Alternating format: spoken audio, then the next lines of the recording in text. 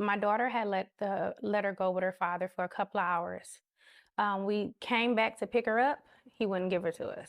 Asia and her daughter begged and pleaded for 24-year-old Charles Evans to give her back, even involving police and Child Protective Services, who all allegedly said the baby was safe and there was nothing they could do. Then, 3 weeks later, My officer called us and said that we need to rush down to Sinai Grace. Um, Kinsley has been pronounced dead. Kinsley was found with bruises and, according to the family, ribs that had clearly been broken. The FIPIA supervisor involved in Kinsley's case was placed on administrative leave, but there were no charges. Nobody was locked up for Kinsley's death until now. Charles Evans has now been charged with felony murder and first-degree child abuse. And we've also now learned from the Michigan Department of Health and Human Services that the CPS supervisor on leave has now been fired. My son is unresponsive right now. He got something coming out his mouth. What do you think is coming out? I'm not sure what it is. I know he likes to eat his own poop and lay in his own pee all day. Everywhere, everywhere, the usual, might I add. I've been dealing with this for probably since he was 2 years old, he's been doing this. Yeah, and so I've been very tired. I ain't slept in 3 days, so I'm just sitting there. And here he come rolling down the stairs again, ba-doom, ba-doom. So I tell him to go back upstairs. A little while later, I go up there, I see a stick in his ass, like a chair leg. So I asked him, what is he doing? And he's just steady, you know what I mean? Just steady doing what he do. This ain't the first time he tried something like that. So I see blood on the ground and I asked him to pull it out. You know what I mean? Blood squirted immediately. Now I'm freaking out. I'm like, hurry up. You need to get downstairs so I can get you in the shower. You know what I mean? And see what's going on.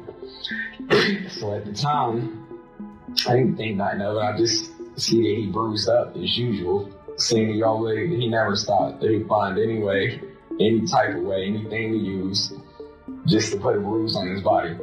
So as a parent, I just put him in the shower.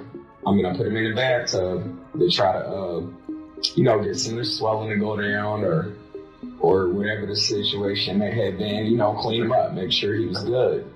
So I'm sitting on the couch. He like, Dad, come here. He like, Dad, help.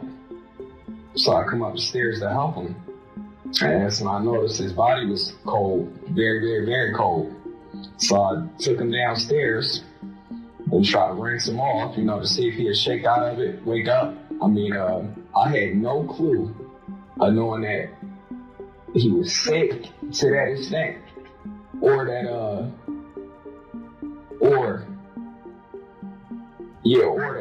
this is gonna go anywhere near this far. I just figured he was doing his normal acting out. He was kind of tweaking a little bit, you know what I mean?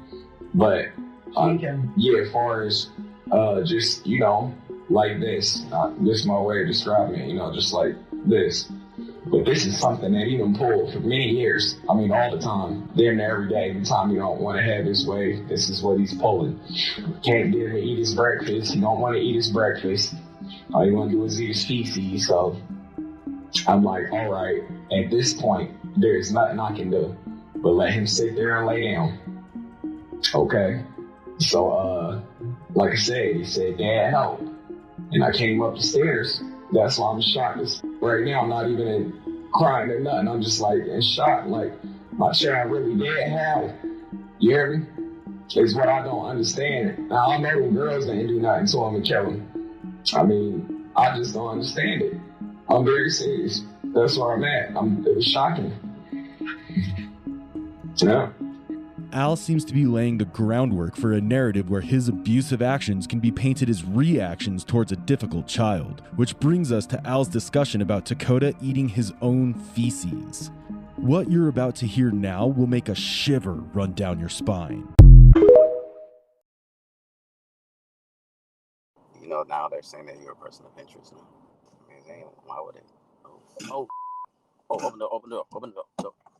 So if you didn't know, this woman's name is Brianna Williams, and what you just watched was her reaction to finding out that the police had discovered her sinister secret. So back in early November of 2019, Brianna contacts the police in order to report her 5-year-old daughter, Taylor Williams, missing, stating that she had seen her the night before, but in the morning she was gone. Taylor's disappearance sent shockwaves through the community, and people quickly began looking for her, but she was nowhere to be found. However, weeks into the investigation, doubts begin to surface as detectives realize Brianna's story just doesn't make sense. Then, all of a sudden, Taylor's remains are found 400 miles away from her house, with investigators ruling that her cause of death was starvation, meaning Brianna had unalived her. At this point, Brianna knows that the police had figured out what she had done, so she tries to unalive herself, but this fails and she gets arrested. In court, Brianna is found guilty of Taylor's death and is sentenced to a well-deserved life in prison. Brianna's story shows that you cannot escape justice and that karma will always catch up to you.